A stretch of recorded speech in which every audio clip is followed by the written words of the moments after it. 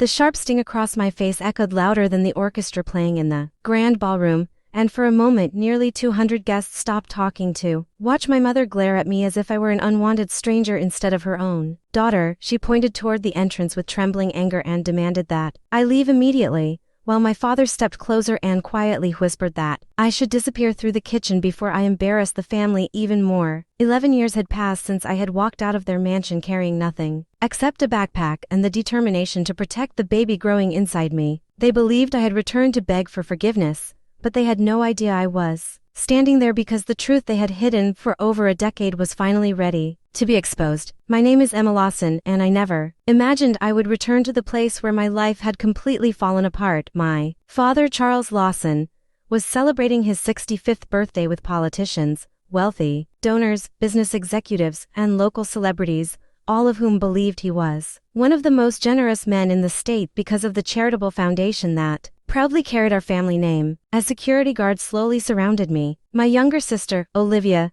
stood near the stage wearing an expensive smile that looked almost rehearsed, clearly enjoying every second of my humiliation. She folded her arms confidently because she believed the lies our parents had told everyone years earlier, claiming I had abandoned the family after making terrible choices that brought shame to our name. No one in that ballroom knew what had really happened. The night I was forced out of my parents' house, they never heard how my parents demanded that I give up my unborn child to protect the family's public image, and when I refused, they erased me from every family record as if I had never existed. Life after that was anything but easy, yet every struggle made me stronger. Instead of breaking me, I worked long nights cleaning office buildings, attended law school during the day, and raised my son with the help of kind people who believed in me when my own family refused to even answer my letters.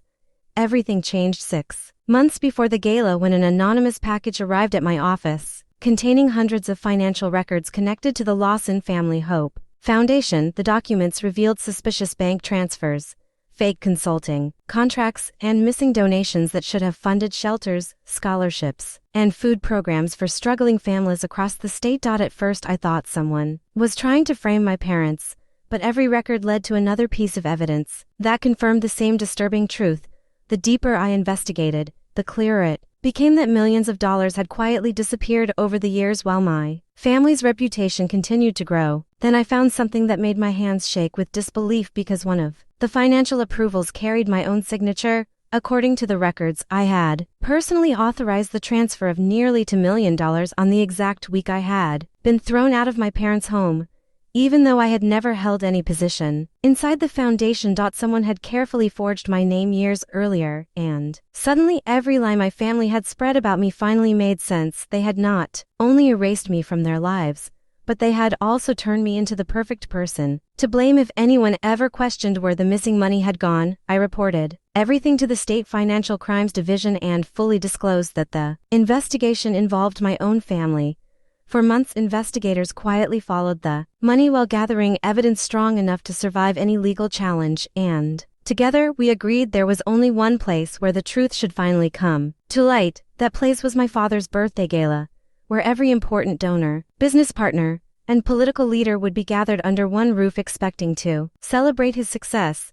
As another security guard reached for my arm to remove me from the ballroom, a chair suddenly scraped across the marble floor, and a familiar voice echoed through the silent room, changing everything in a single moment. The sound of a chair sliding across the marble floor silenced every conversation in the ballroom as Governor Daniel Hayes slowly stood and buttoned his suit jacket. He walked toward the center of the room, looked directly at my parents, and calmly asked, "Does anyone here actually know who this woman is, or have you all only believed the story you were told?" My father forced a nervous smile and insisted it was nothing more than a private family disagreement, but the governor refused to sit back down. He explained that I had spent years helping state investigators uncover financial crimes involving charities and public organizations, and that my reputation for honesty was the reason he trusted the evidence I had submitted months earlier. My mother quickly changed her tone and accused me of returning only because I wanted revenge, hoping the guests would once again see me as the unstable daughter they had heard about for years. Instead of arguing, I calmly opened my leather folder and placed several financial records on a nearby table where the governor and several major donors could examine them themselves. Within minutes, the guests realized that millions of dollars donated to children's shelters, food banks, and housing programs had disappeared into companies secretly controlled by people connected to my father's business empire. Shock spread across the ballroom as donors began comparing the documents with projects they had personally funded, only to discover that many of those programs had never even existed. My sister Olivia tried to laugh and claimed the papers had obviously been fabricated, but I quietly reminded her that every transaction had already been verified by state forensic accountants. The confidence on her face disappeared the moment two investigators stepped forward and identified themselves as members of the Financial Integrity Task Force. For the first time in 11 years, my parents were no longer controlling the story, and I could see fear replacing the arrogance they had carried only moments earlier. The celebration that had been planned as the greatest night of my father's life was quickly becoming the beginning of his public downfall. My father begged everyone not to jump to conclusions, insisting that accountants handled the foundation while he simply signed reports prepared by trusted employees. Before anyone could respond, I projected scanned copies of internal emails onto the giant screen behind the stage, revealing detailed instructions he had personally written approving suspicious payments and hidden transfers. The ballroom erupted with whispers as donor after donor recognized projects they had proudly supported, only to learn that the money had been redirected into luxury homes, expensive vacations, and private investment accounts. Several board members quietly stepped away from my parents, realizing they had unknowingly helped promote a charity built on deception. My mother desperately tried to defend the foundation by listing hospitals, schools, and community events the family had sponsored over the years. I calmly explained that doing a few good things never erased the harm caused by stealing money from families who desperately needed help, and the silence that followed spoke louder than any argument. Then I revealed the document that had haunted me for years. A financial authorization carrying my forged signature, dated the same week I had been thrown out of the family home while pregnant. Gasps echoed throughout the ballroom as everyone realized my disappearance had been carefully planned long before anyone questioned the missing funds. Olivia insisted she had never seen the document before, but another email appeared on the screen showing her asking whether my old signatures from volunteer forms could still be accessed. Her face turned completely pale as she realized she had accidentally become the strongest witness against herself. The governor quietly instructed investigators to secure every financial record, computer, and mobile phone before anyone could destroy evidence. The elegant birthday celebration had officially become the center of one of the largest charity fraud investigations in the state's history. As investigators collected evidence, reporters waiting outside received breaking news alerts and rushed toward the ballroom entrance. Guests who had arrived expecting a glamorous evening now found themselves answering questions from investigators while television cameras gathered outside the hotel. My father approached me privately and quietly asked if there was still a way to settle everything without destroying the family forever. I looked into the eyes of the man who had abandoned me years earlier and realized he still cared more about protecting his reputation than admitting what he had done.